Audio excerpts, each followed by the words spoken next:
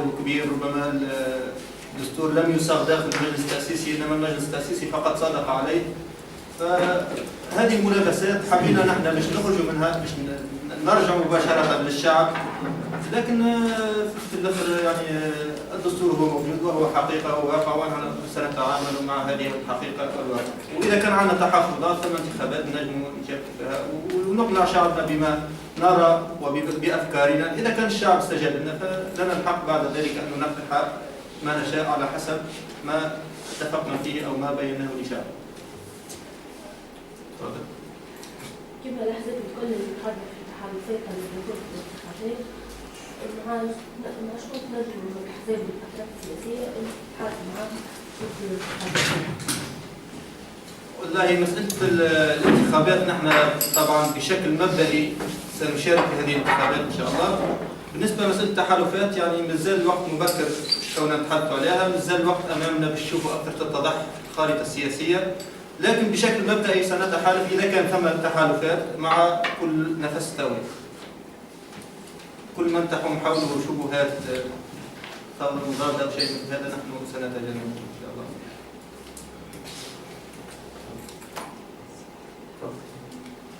نسأل على موقفكم من عملية الإجباري اللي صارت في الانتخابات، خاصة هي دون عملية القضاء على الكركاب. عملية القضاء على الكركاب ونقاط الاستفهام اللي أثيرت حولها، شنو موقف الحزب نتاعكم؟ بالنسبة لموقف الحزب احنا هبطنا بيان في بعد الحادثة اللي وقعت في رواد، وحادثة هذه عموما نحن يعني نناقشوها في جزء أقسام. القسم الأول وهو مسألة مبدئية، نحن بصفة مبدئية ضد العنف مهما كان متى، وضد استعمال السلاح خارج الدولة، هذا بشكل مبدئي. وكل من يثبت تورطه في أعمال إجرامية يتحمل مسؤوليته كاملة، هذا من جهة. وعلينا أن نتجنب المسؤولية أن تكون شخصية زي باش ما نجوش نستغلوا بعض الأحداث ربما لتمرير بعض القوانين المشبوهة أو للاتهام بالجملة أو شيء من هذا، لأنه هذه مسألة مبدئية. كل من يثبت تورطه في أي جريمة هذا يتحمل مسؤوليته، وهذه مسألة واضحة. هذا من جهة، هذه النقطة الأولى. النقطة الثانية نطالب أيضا بكشف الحقيقة كاملة، ونتمنى أنه ما يكونش الحقيقة تقبر مع من قتل ممن قتل، لأن العمليات اللي صارت عموما يعني من سنة ونحن جايين تقريبا اللي صارت كلها عمليات مشبوهة، ولا يمكن أن نتصور كونها عمليات بما يسمى إرهابية، لأن كلمة إرهاب أصلا في حولها ديما شبهة كبيرة أو ما ثمش عنها ربما تعريف واضح. العمليات الإجرامية هذه عموما اللي صارت كلها كانت لا يمكن أن نتصور إرهابي يكون عنده أجندة سياسية، لكن العمليات اللي صارت كلها واضحة مربوطة بأجندة سياسية. لو نشوفوا العملية الأولى اللي مات فيها شكري بالعيد، اللي قتل فيها شكري بالعيد، العملية الإجرامية الأولى كانت مربوطة ثم توافق معين كان باش يصير في البلاد، ثم هذا شأن سياسي، ثم النتيجة نتاعها أيضا كانت سياسية اللي هي أسفرت عن حل حكومة جبالي أو إقالة حكومة جبالي. العملية الثانية أيضا كان ثم متعلقة بفترة توافق وأسفرت على الحل اللي مات فيها البراهمي وبعض الجنود، أسفرت عن حل مؤقت للمجلس التأسيسي. العملية الثالثة أيضا دفعت للحوار الوطني ربما، وكانت عندها أيضا نتيجة سياسية. النتيجة السياسية هي كون العريض وقع على الاستقالة. يعني لا يمكن أن نفصل بين العمليات هذه والتوقيت، لأنه ديما أي جريمة باش نحلوها نشوفوا من المستفيد وشكون راه، ثم نتساءلوا كيفاش بعد ربما أنه انتهينا صحيح، خرجت الترويكا وانتهت الترويكا ويغلق الملف جملة واحدة، يعني القيادات كلها تجتمع في مكان واحد وتموت كلها جملة واحدة بعد ما كان هذا الشبح المخيف اللي ما ينجموش يخلطوا عليه في حتى مكان، فجأة يموتوا الكل مع بعضهم في أول بداية الحكومة هذه اللي ربما ثم بعض الأطراف اللي تحبها تكون موجودة وتحبوا يتخلصوا من الترويكا. لهنا نقطة استفهام كبيرة ونريد كشف الحقيقة كاملة، والسؤال اللي يجب أو ننتظر الإجابة عنه هو من يحرك هؤلاء، خاصة أنه ثم تسريبات توحي ولا تثبت كون ثم أطراف محسوبة على الثورة المضادة تنشئ حسابات اجتماعية باسماء ربما انصار الشريعه ولا باسماء تيار جهادي ولا بطريقه معينه، وهي قد تكون هذه تحرك المشهد من خلف ولا حاجه. الذي لا نشك فيه ان كون هذه العمليات غير بريئه وليست فقط متطرقه بفكر معين، بقدر ما هي عندها اجندات سياسيه معينه. من يحرك هؤلاء؟ هنا نتصور انه خاصه بعد ما حملت شبهات حول بعض اناس محسوبين على الثوره المضاده، نتصور انه يلزم النيابه تتحرك في الشان هذا، لان مساله امن البلاد، امن المواطنين، نتصور هذه مساله ضروريه كونه يفتح حولها تحقيق وتقدم الاجابات الكافيه باش نبعدوا التاويل، لانه اذا كان ما ثمش اذا اجابه واضحه التاويل يبقى دائما قائم وموجود. بارك الله فيك.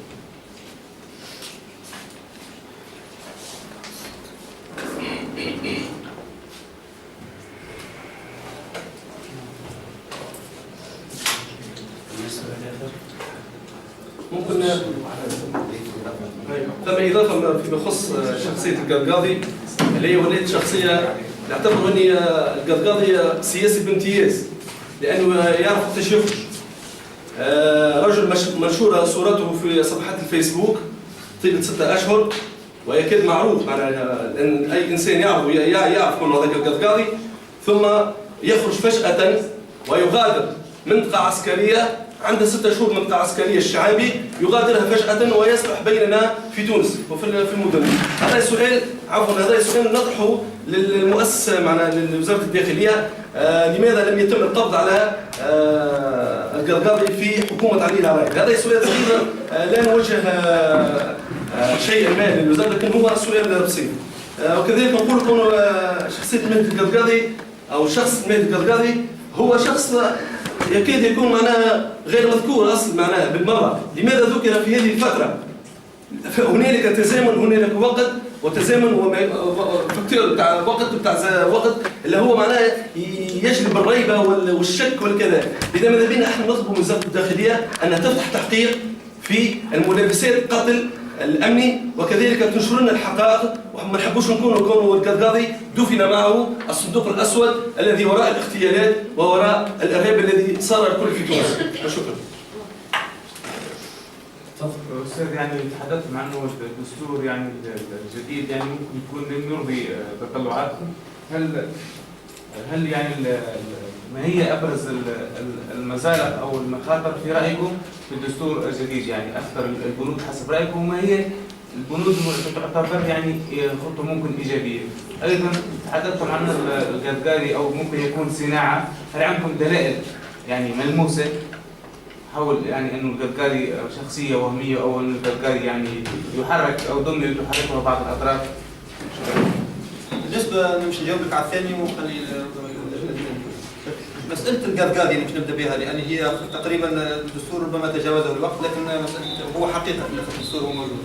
لكن القرقاضي بالنسبه نحن ما قلناش عنه حقائق كونه القرقاضي مانيبيولي ولا حاجه، لكن تساؤلات يلزم نلقاو لها اجابه، لانه زاد اللي يقول ما ثمش علاقه بين كون عمليه اذا كان صح الارهاب ارهابيه تؤدي الى اقاله حكومه جبالي، ثم عمليه ثانيه تؤدي الى حل مجلس تاسيسي بشكل مؤقت، ثم عمليه ثالثه تؤدي الى اقاله ولا تقديم العرايب الاستقالات تحت الضغط، ثم بعد هذا وبعد ما تخرج ترويكا وتاتي الحكومه الجديده تنتهي العمليه فجاه والكل مع بعضهم، يعني القيادات هم تقريبا اللي تشد الكل جمله واحده ولا واحد تجرح وتشد. سؤال زاد نحن ننتظر اجابات، نحن لا نعطي اجابات، فقط نطرح تساؤلات كيف يعني يعتبرون صحه التساؤل. استفسار باش توضح لي النقطه هذه.